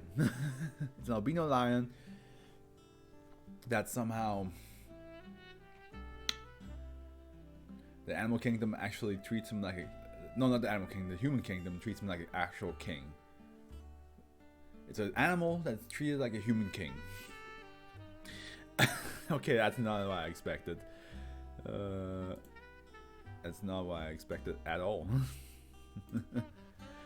Okay, well, Euclid exequate. I don't know what that's the first time I see that. That's the first time. SB928 is kept in a glass viewing case situated at the far end of a 3 times 5 meter containment room at Site 80. The case can be unlocked by the concurrent use of 2 keys. These keys are currently held by researcher Short and researcher Kaplan. At least 2 personnel must be present at all times when SB928 is being interacted with. I'm getting Annabelle vibes. SB928 must be... Because it's in a viewing case, glass viewing case, just like Annabelle. So... SB928 must be monitored with audio and visual surveillance at all times. Recordings are to be analyzed by staff at Site 80. All chess moves are dictated by SB928 must be recorded in document document 3. Attempts to reconstruct the game that is playing are ongoing. Description: SB928 is a doll made primarily of ceramic and cloth. Yeah, we can see that from how it looks. The eyes of the doll are capable of movement and will usually follow any person in the vicinity. I already hate dolls. I hate any kind of I hate dolls and puppets.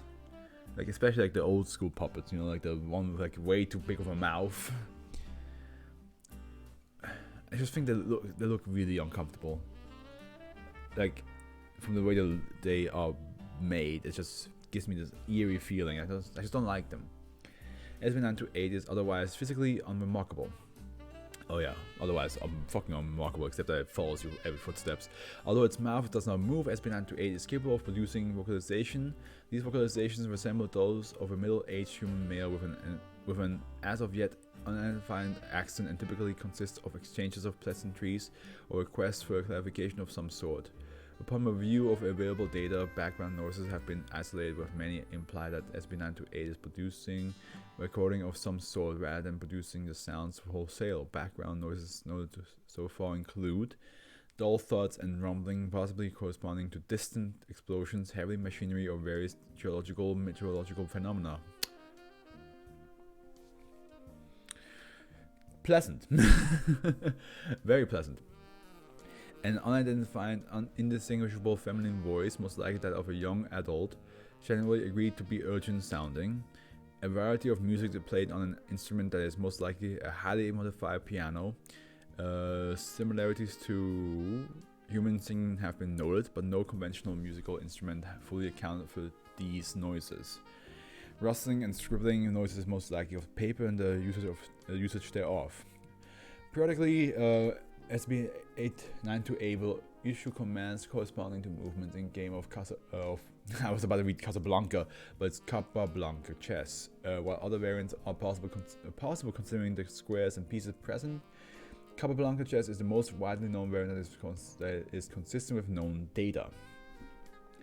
In most cases, there will be several weeks or months between commands, but intervals have ranged from 3 hours to 8 years. That's Oh, it's the White King because of the chess piece. The White King. Commands are not always issued in correspondence with formal chess notation, but are comprehensible. No link has been firmly established between the status of the match SB928 is playing and the vocalization it makes. It is not currently believed to be speaking to Foundation personnel. Vocalization deemed not notable are available in Document 6. No personal information about the entity or entities in controlling SB928 has been noted. If a human subject comes within 3 meters of SB928, SB928 will vanish and reappear adjacent to the subject several seconds later. However, if there is at least one additional human within 3 meters of the subject, SB928 will not exhibit this behavior. Approximately 65% of subjects exposed to this behavior have left Foundation custody through various means within 4 days of exposure, and none have been recovered. And there's a footnote that says, anecdotal evidence of subject exposed to SB928 existing outside of Foundation custody exists. However, none of the subjects appear to notice or be willing to communicate with personnel and were inexplicably lost. Thus, these reports remain unconfirmed. Of the 35% that remain in the Foundation custody, none have died or experienced demotion of any sort. Though technically impossible to confirm, it is generally accepted that the SB928's command let me just boom. There we go.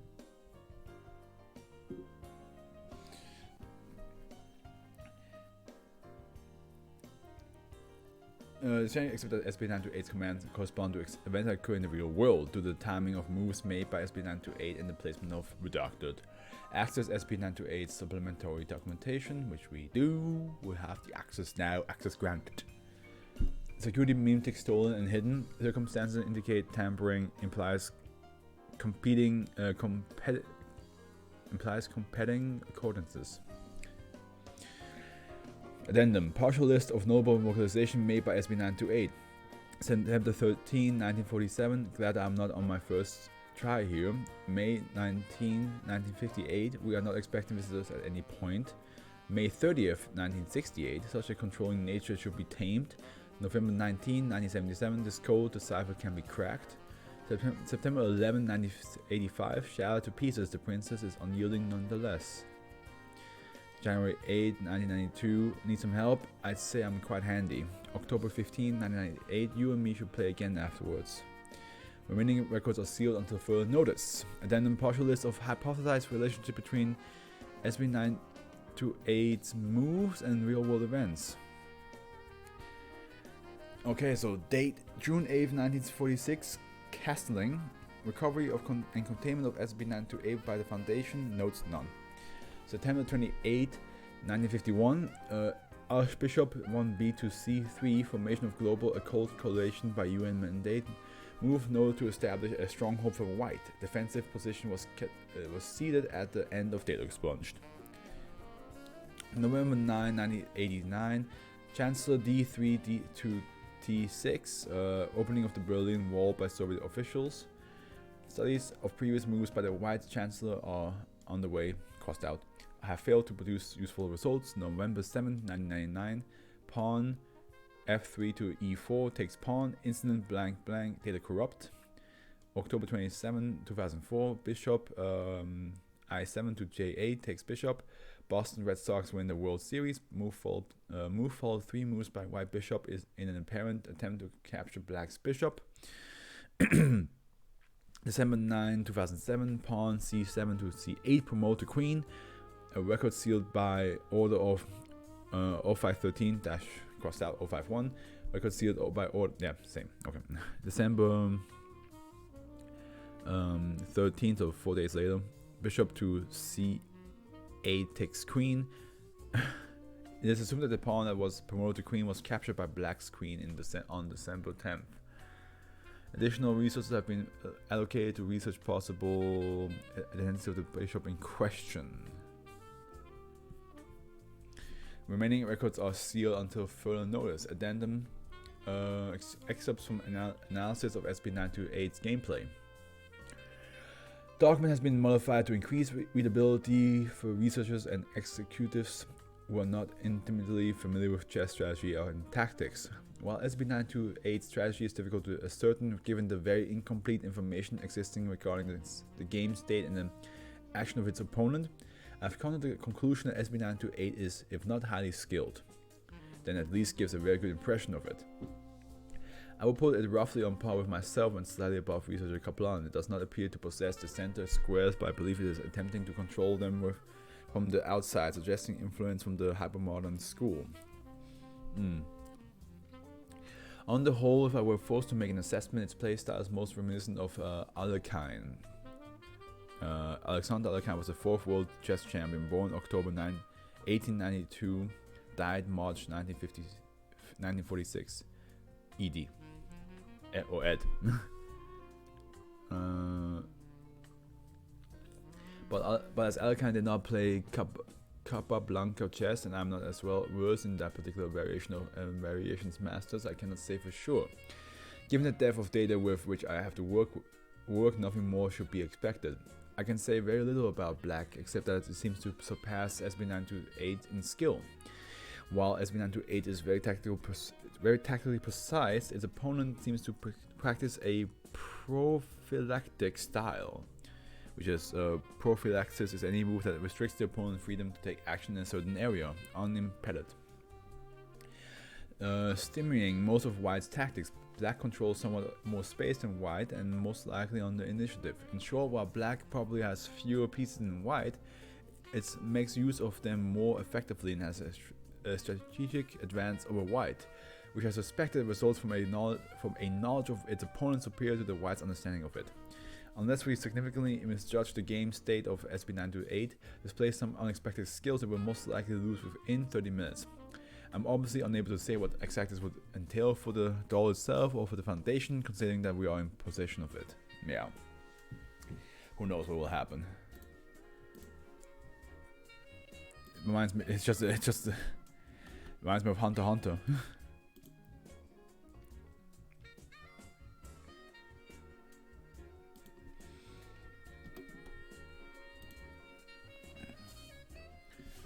the cuckoo. Cuckoo.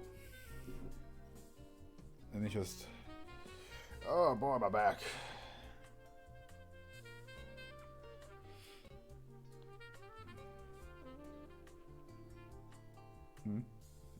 Hold on, what was that?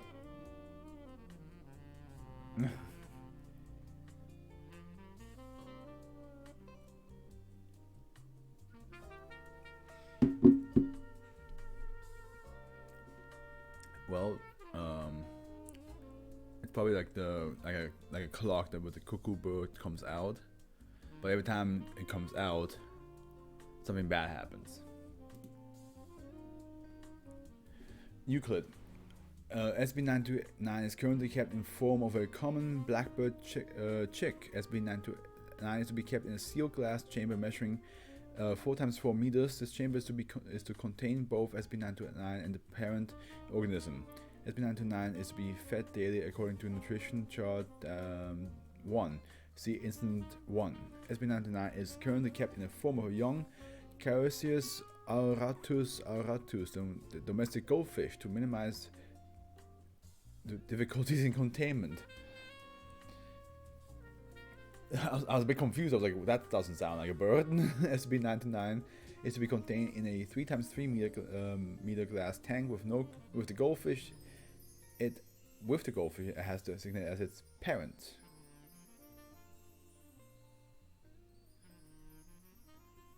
What?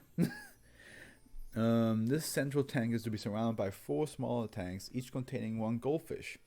In the event that the parent goldfish expire, SB929 will designate one of the surrounding goldfish as its new parent instead of supervising research staff.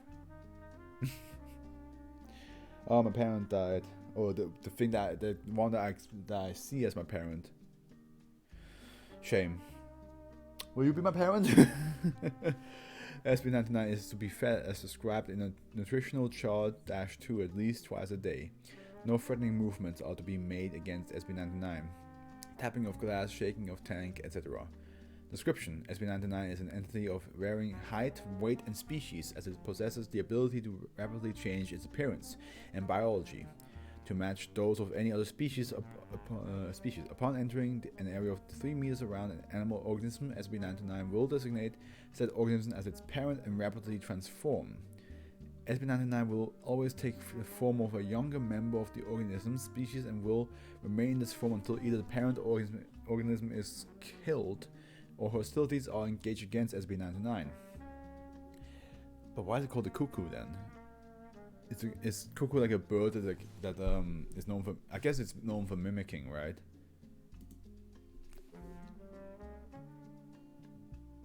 But why not just, if that's the case, why not call it a parrot? Just to like make more sense with that whole thing, because it's the typically known bird for that.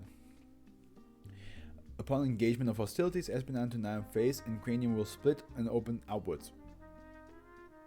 Kind of like the Thing, where the dog was like a number of tendrils that appear to be similar in composition to imitated organs will emerge from within the created gap.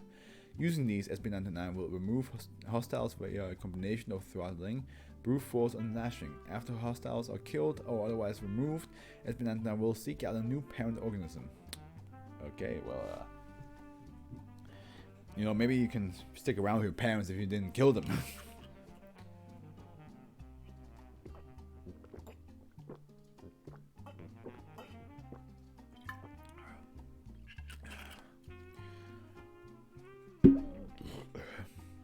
SB929 exerts a psychic influence over those designated as its parents, as its parent organism. The parent will believe that SB929 is their offspring and recall highly detailed memories regarding SB929's presence. A diminished version of this effect is also exerted on those surrounding SB929, causing a general sense that SCP-929 is a genuine offspring of the parent organism. This diminished effect, however, can be overcome with minor concentration and foreknowledge of SB929's nature. Incident 1. On blank blank blank, SB929 parent organism attacked researcher personnel during feeding in a manner not consistent with previous behavior. During the incident, SB929 attempted to breach containment, resulting in the deaths of 2 security personnel and the injury of Dr. Blank. Parent organisms and containment procedures have been altered to make SB929 more manageable. Okay, so that's why it's with a fish, because it's like the least problematic thing to deal with. That makes sense. Okay, and that was and that was the 920s.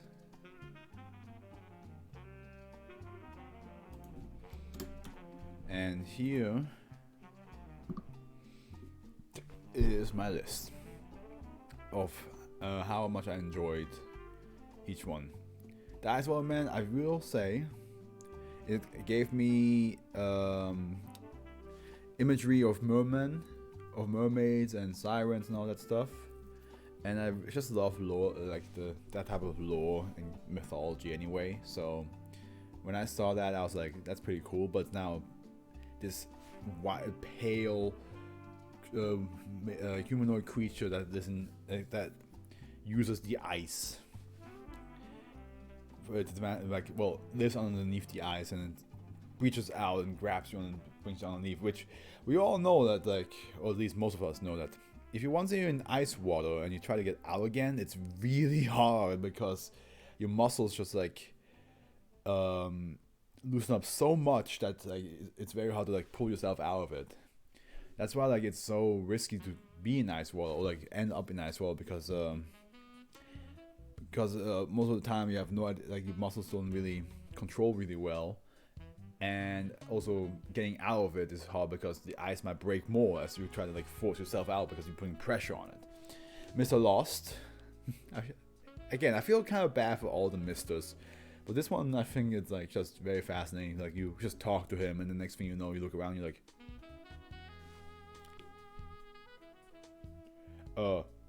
where am I? And sometimes it happens to him too, you know, he shares a burden with you. He just occasionally you end up getting lost and occasionally he ends up getting lost. Happens. The mushroom cultist, yeah. It's crazy that there's a thing that just like grows mushrooms in a cave, but it's also crazy that like in the moment it touches you, you like you go for like to like, oh yeah, this is this thing right here. This is our Lord. This is your God. Contagious house. It kind of, again, I think the imagery of like a house was freshly built, a family moved in, and next thing you know, the whole house is falling apart in a matter of like weeks. And you're just there like, what happened? Like that imagery is like sells it for me a lot. The cuckoo, I just think it's hilarious. I think it's hilarious that the foundation was like, get us a goldfish, and this thing is just like, it's like, this is my parent now. It don't care who is its parent as long as the parent is alive, and it's an animal. And it's like, I don't care. This is my parent. This is my mom. Goldfish. But yeah, also it reminds me of John Carver, The Thing, because The Thing also did like transform into whoever. Well, it didn't transform into like a smaller version of or child version of the same thing. It's literally transformed into the thing that it killed. Man, I need to watch The Thing again. The Thing is such a great movie because it's just like, it's so well shot and the story is just really well done, and I just like that it's kind of an open, almost open-ended question. Like it's like is the Thing now dead, or is one of those two last survivors at the end the Thing as well? And if that's the case, which one is it? Because we just followed one person, but we don't know if he might just, you know what I mean? It's really well done that way.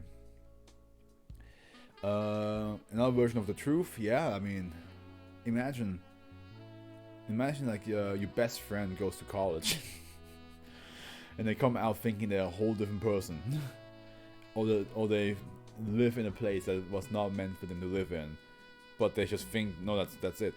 this is where I'm supposed to be.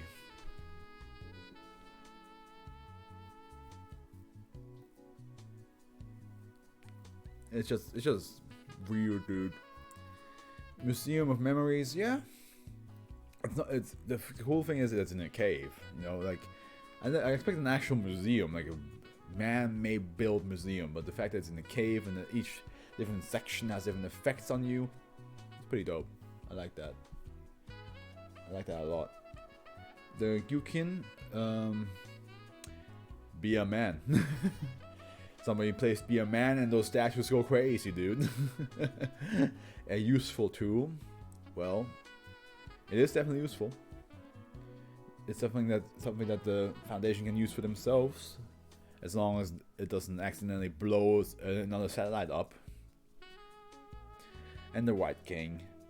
Yeah, little doll just wants to play chess. Again, reminds me of Hunter x Hunter, how the little girl plays chess with like the Chimera Ant's king, and she's just having a good time. Except with this case is whatever she does on the chessboard happens in real life in a different manner too. Like there's some events happening that she influences. Well, okay. That was SB 920s. We finished today.